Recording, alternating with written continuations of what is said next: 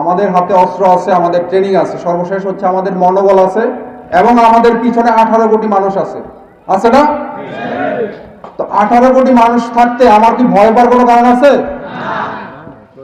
তো আমি না ডাকলে আপনারা ওখানে ভিড় করে আমাদের কাজকে ব্যাঘাত ঘটাবেন না।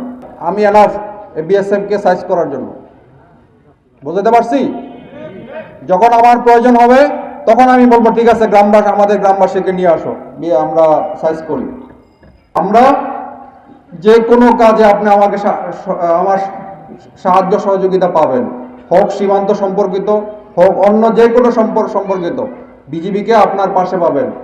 একজন বলেছিল চেয়ারম্যান সাহেব যে শিবগঞ্জ থানা অনেক দূরে, তো ইনশাল্লাহ বিজিবি হচ্ছে, আপনি দেখেন আমি কি দেখাইছি আজকে, বিজিবি হবে সীমান্তের নিরাপত্তা এবং আস্থার প্রতীক। ফার্স্ট হচ্ছে আমি যখন বিজিবি আমার শূন্য লাইনে বিজিবি দাঁড়ায় থাকবে, আপনি নিশ্চিন্তে থাকেন যে বর্ডার সিকিউর, বর্ডারে নিরাপত্তা আছে। আর আস্থা হচ্ছে